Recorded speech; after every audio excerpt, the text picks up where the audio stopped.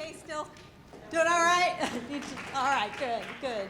As mentioned, my name is Mona Dine. I am one of the co-chairs for the Diversity and Inclusion Forum. Good morning. My name is Anthony Robbins. I'm the other co-chair. Great. So we're going to talk to you very briefly today about who are we? Who is this Diversity and Inclusion Forum? What have we done? What do we set out to do? And how do we get others involved in our efforts? Most of you have an understanding of what diversity and inclusion is all about. The question that comes to mind often is, why should companies be concerned about diversity and inclusion? Many managers, years past, would have answered that question very quickly by saying that, well, diversity and inclusion is something that we need, but we don't necessarily understand. We understand discriminatory practices, and we know that that's wrong, both morally and legally. We've been able to move the radar a little bit, not much, but a little, where now managers are beginning to see that diversity and inclusion is good for business because it increases productivity, and we find that those that are inclusive are also going to be businesses that sustain its efforts. The question becomes, though, what are some of those factors that have sort of moved that paradigm? What are some things that have sort of helped us to change the conversation? One, of course, is the change in U.S. demographics.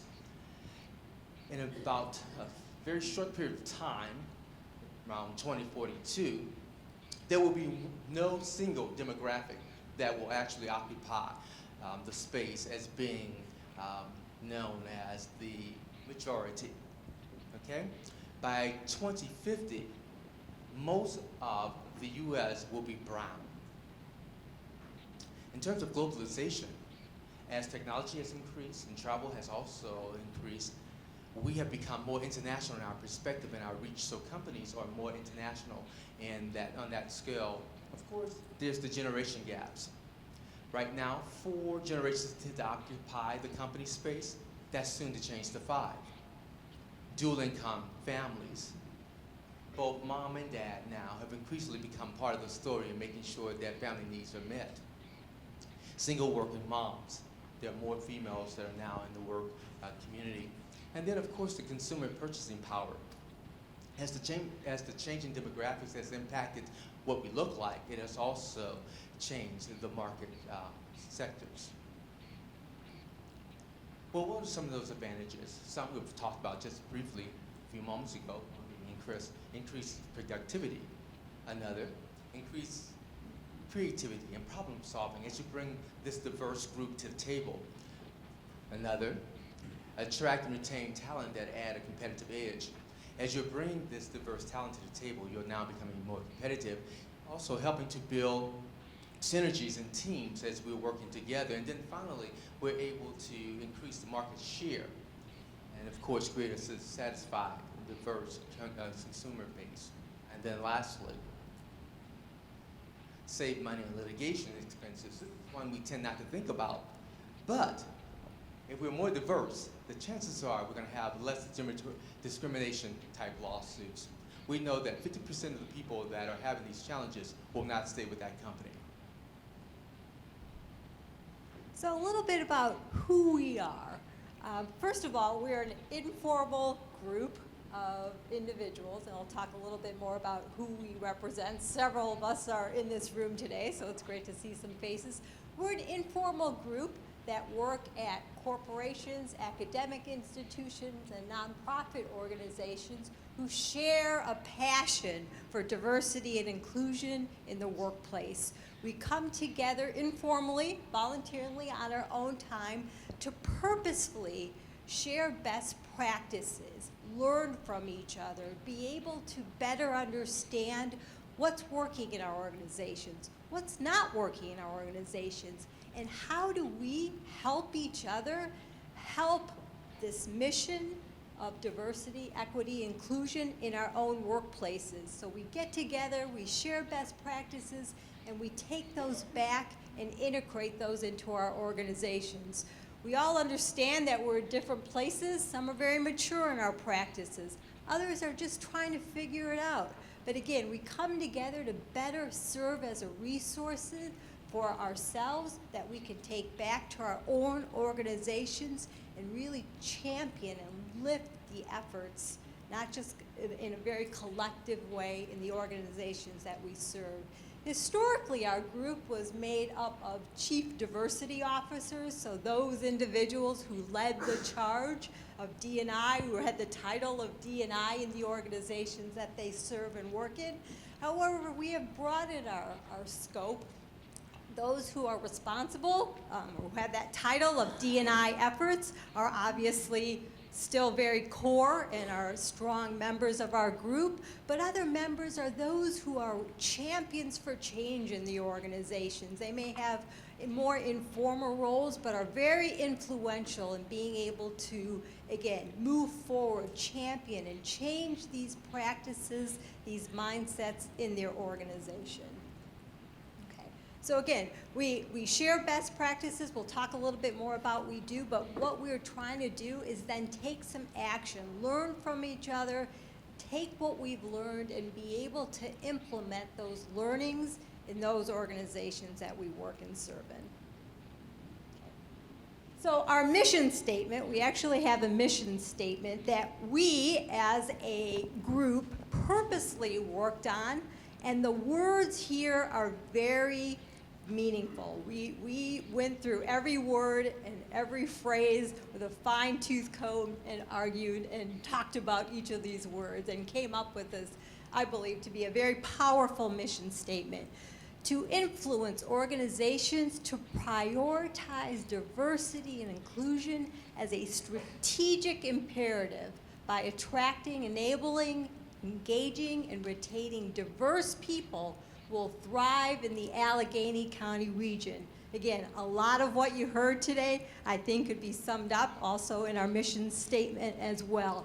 The words here are very meaningful. A strategic imperative. It's important. It's an imperative to every organization that this is something that organizations focus on. We've also talked again today about the attraction piece of talent in the region. We're doing a much better job of attracting. However, as was mentioned, our ability to grow, to engage, retain, and develop diverse populations is also something that we need to focus on and very much part of our mission as well.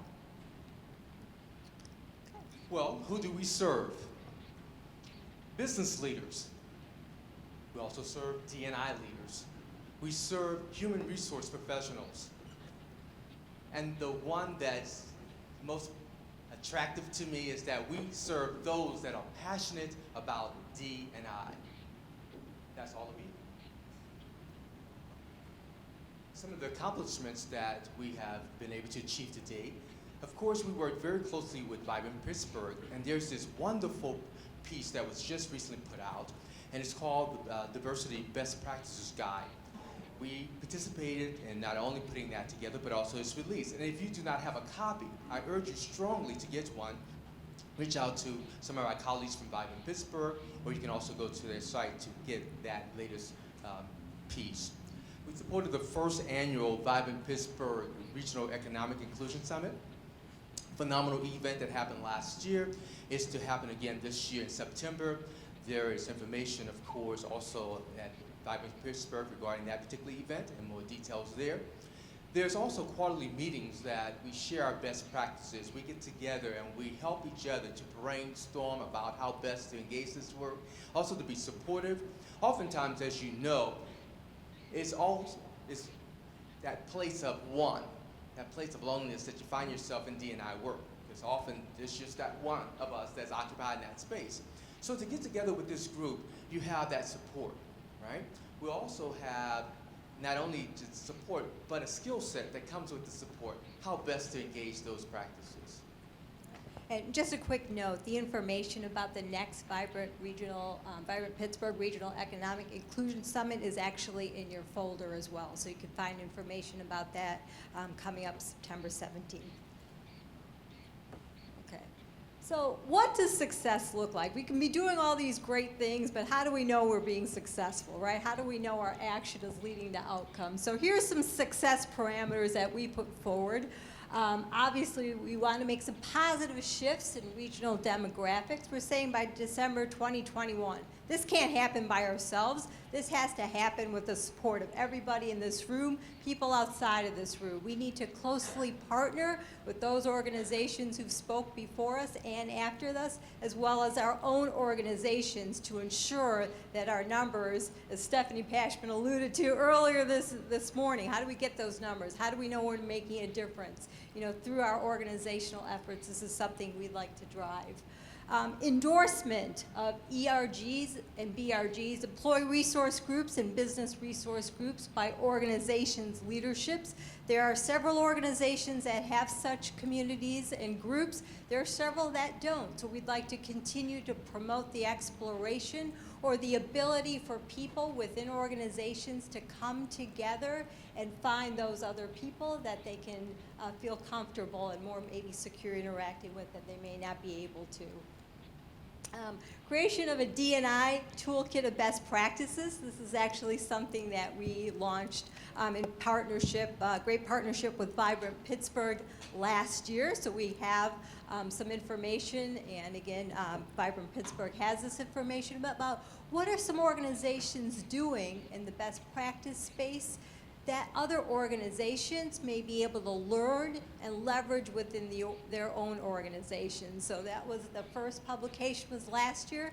This is going to happen this year again as well. So we hope to showcase the great efforts being done across many organizations to other organizations so they may implement some of these within their own places. And then again, obviously, as mentioned, we can't do this by ourselves. We need to collaborate with other organizations, academic partners, economic institutions across our county to be able to move this forward. And then something else we'd like to do is we'd like to increase the presence of the businesses and organizations in the region on our forum as well. Okay, just a quick final thought here. Again, ignoring the effects of the existence of diversity and inclusion in this global new market will only keep organizations back, losing on its productivity and most importantly, its profitability. Not is it only the right thing to do, but it's going to hurt businesses. Bottom line. Here are some of the participating organizations, and we won't read through the list, but this list is a very short list. We need more to join us. If you'll flip to the next slide. Here's a question for you, one that we want you to take with you, and that is, how does your organization get involved? And this is our action, our call to action, actually. So what we need you to do is to go to Vibrant Pittsburgh. When you get to their site, vibrantpittsburgh.org, you're going to then go to the tab for employers. And then when you find yourself there, you're going to actually go to Diversity and Inclusion Forum. And when you get there, we're going to ask you to do one last thing for us. Yes? Complete the form. Complete the form. Don't just go there. Complete the form. And then finally do what? Submit. There is a table that's waiting with a chair with your name on it. Yes. Waiting, right? Lots of chairs Lots waiting. of chairs waiting. So we ask that you come join us. All right. Thank you Thank you. Thank you very much.